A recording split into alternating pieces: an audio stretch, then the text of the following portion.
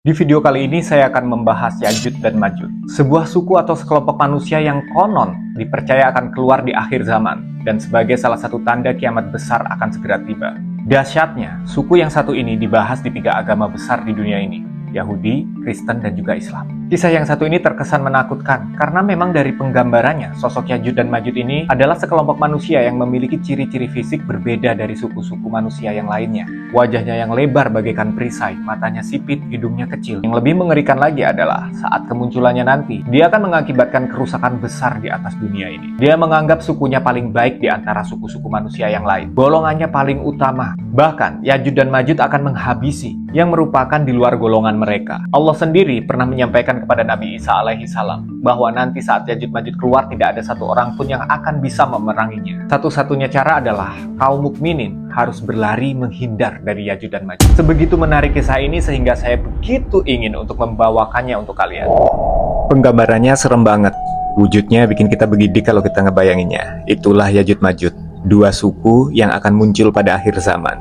Mereka memiliki kekuatan sebagai perusak dan juga penghancur kehidupan di muka bumi. Dan mereka akan berperang melawan Nabi Isa alaihi salam beserta pasukannya di Bukit Tursina.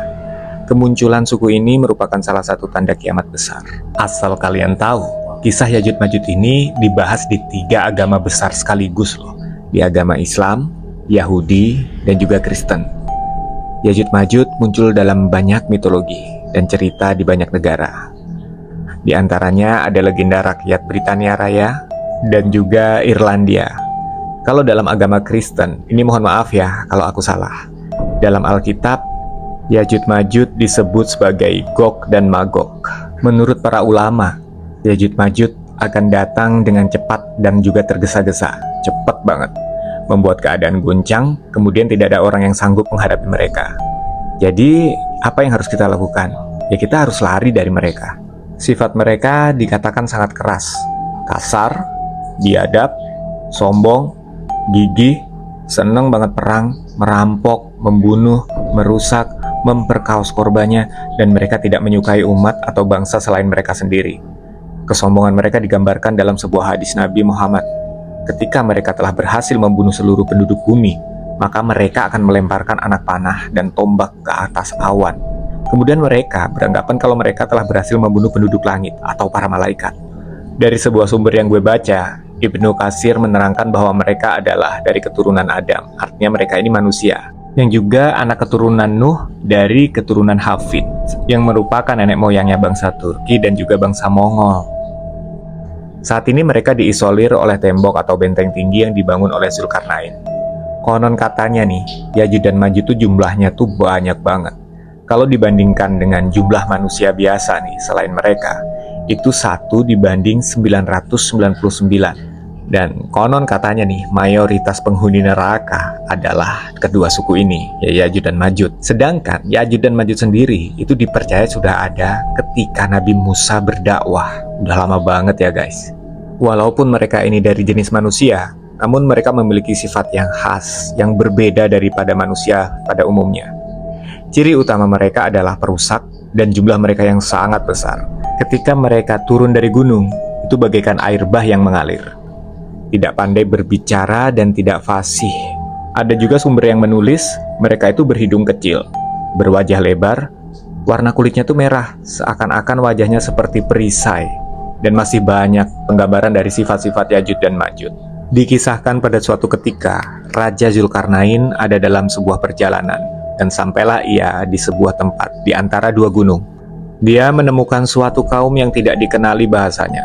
Kaum itu mengadukan kepadanya bahwa ada bahaya yang mengancam mereka, yaitu dari Ya'juj dan Ma'juj. Dan mereka meminta untuk membangun tembok yang dapat melindungi mereka dari kejahatan Ya'juj Ma'juj. Kemudian Raja Zulkarnain memenuhi permintaan mereka. Menurut Al-Quran, Ya'juj dan Ma'juj diisolasi di antara 2 gunung oleh pasukan Zulkarnain beserta kaum yang terpencil yang meminta bantuan kepadanya. Mereka meminta Raja Zulkarnain untuk membuat dinding pembatas agar kedua suku tersebut tidak keluar dan membuat kekacauan kembali. Namun, pada akhirnya mereka akan berhasil keluar dari dinding pembatas itu. Ada sebuah pendapat yang mengatakan bahwa tempat isolasi Ya'juj dan Ma'juj itu ada di belakang pegunungan Kaukas atau Kaukasus. Memang ada yang berpendapat bahwa pegunungan inilah yang merupakan benteng yang dimaksud. Deretan pegunungan ini memanjang tanpa celah dari Laut Hitam hingga Laut Kaspia. Panjangnya itu lebih dari 1.200 km, guys. Dan di sana didapati satu celah kecil yang disebut celah Darial yang terletak di negara Georgia. Sepanjang kurang lebih 100 meter lah. Pada bagian 100 meter itulah celah itu yang diduga adalah tempat di mana Ya'juj dan Ma'juj itu diisolasi. Ada juga nih yang mengatakan bahwa keberadaan tembok tersebut telah tenggelam dan sampai saat ini berada di Azerbaijan dan Armenia, tepatnya di pegunungan yang sangat tinggi serta keras. Ia berdiri tegak seolah-olah diapit oleh dua buah tembok yang sangat tinggi. Tempat itu tercantum pada peta-peta Islam ataupun peta-peta Rusia. Dan tempat itu konon dipercaya terletak di Republik Georgia. Ada juga pendapat lain yang mengatakan kalau mereka itu tinggal di benua Asia bagian utara Cina. Sementara itu Sheikh bin Baz punya pendapat sendiri nih. Beliau mengatakan bahwa lokasinya ada di arah timur dan mereka adalah bangsa At-Turk. Bangsa At-Turk itu adalah bangsa Mongol. Jadi, menurut beliau, bangsa Mongol adalah termasuk ke dalam bangsa Ya'juj Ma'juj. Sementara itu, Abdullah Yusuf Ali dalam tafsir The Holy Quran menuliskan bahwa di distrik Hizar tempatnya di Uzbekistan, 240 km di sebelah tenggara Bukhara, ada sebuah celah sempit di antara gunung-gunung batu. Letaknya di jalur utama antara Turkistan ke India. Tempat tersebut dalam bahasa Turki disebut sebagai Buzholkhana. Orang Arab menyebutnya Bab al-Hadid. Sedangkan orang Persia menyebutnya Dar-i-Ahani.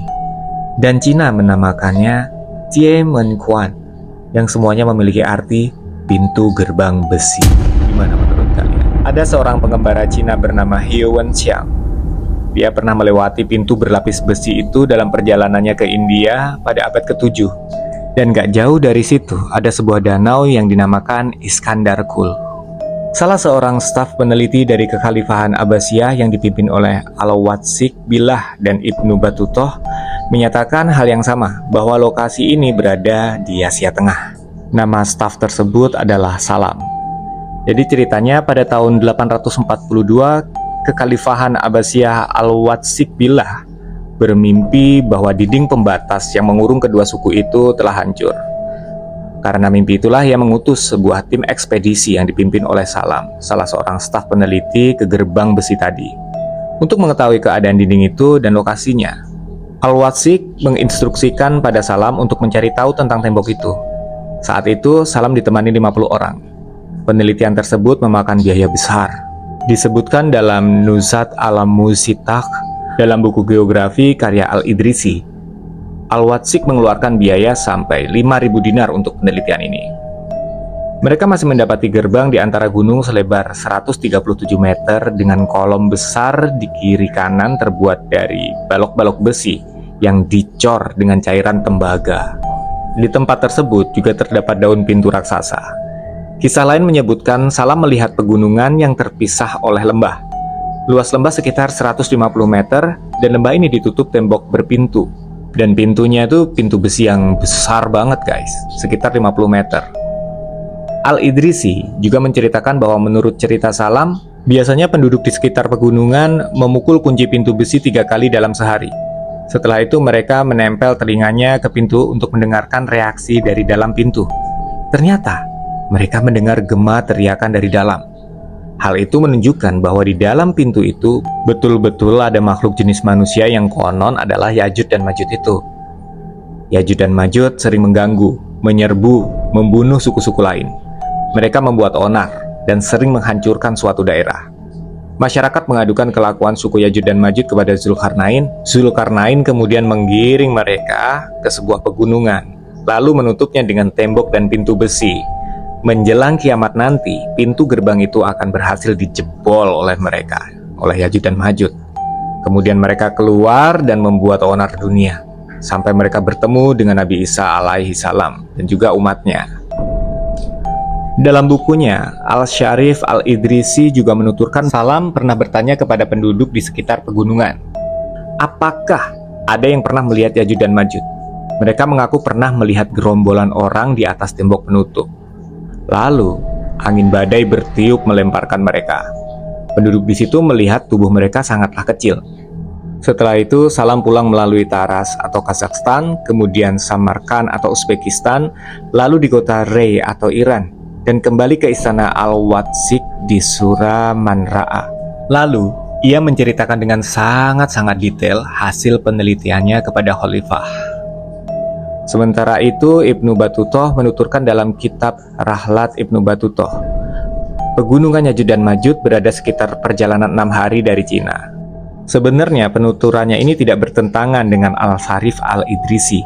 Soalnya di sebelah barat laut Cina ada daerah-daerah Rusia. Dalam versi lain, disebutkan para arkeolog menemukan benteng tersebut pada awal abad ke-15 Masehi di belakang Jeihun dalam ekspedisi Balkh yang disebut sebagai Bab Al-Hadid atau pintu besi di dekat Tarmit. Pada akhirnya nih, hampir semua orang percaya ketika pada masanya nanti, ketika saatnya sudah tiba, suku Yajud dan Majud akan berhasil menghancurkan dinding besi pembatas yang telah dibangun oleh Raja Zulkarnain. Mereka akan turun dari pegunungan dengan cepat dan sangat tergesa-gesa. Mereka sudah tidak sabar untuk membuat kerusakan di muka bumi. Disebutkan pula bahwa mereka adalah orang-orang yang cepat dalam perjalanan guna membuat kerusakan. Ketika mereka berhasil mencapai Danau Tabriyah, Palestina, mereka akan meminum sampai habis air danau tersebut. Karena saking banyaknya populasi mereka, sehingga orang terakhir yang berhasil mencapai danau itu akan berkata, sungguh dahulu di sini masih ada airnya. Jadi itu banyak banget guys emang orangnya nih. Kalian bisa bayangkan kan, sebuah danau aja airnya nggak cukup buat dijadikan air minum seluruh populasi mereka. Yang belakangan gak kebagian air guys. Ada sebuah hadis An-Nawas bin Sam'an menyebutkan bahwa Allah memberitahukan kepada Isa akan keluarnya Yajud dan Majud, yang tidak ada seorang pun mampu memerangi mereka. Dan Allah memerintahkan Isa untuk menjauhkan kaum mukminin dari jalan yang ditempuh Yajud dan Majud, seraya berfirman, kumpulkan hamba-hambaku ke gunung At-Tur, dan sehebat apapun Yajud dan Majud, akhirnya mereka akan kalah juga. Setelah Nabi Isa alaihissalam memohon pertolongan kepada Allah melalui ulat-ulat yang menyerang semua leher kedua suku tersebut guys. Di luar kengerian dari Yajud dan Majud dan kemungkinan kapan mereka akan keluar dari belenggunya, namun pada akhirnya Tuhan adalah yang terkuat di antara segalanya. Saya Satrio Wahyu, sampai ketemu di konten berikutnya lain waktu.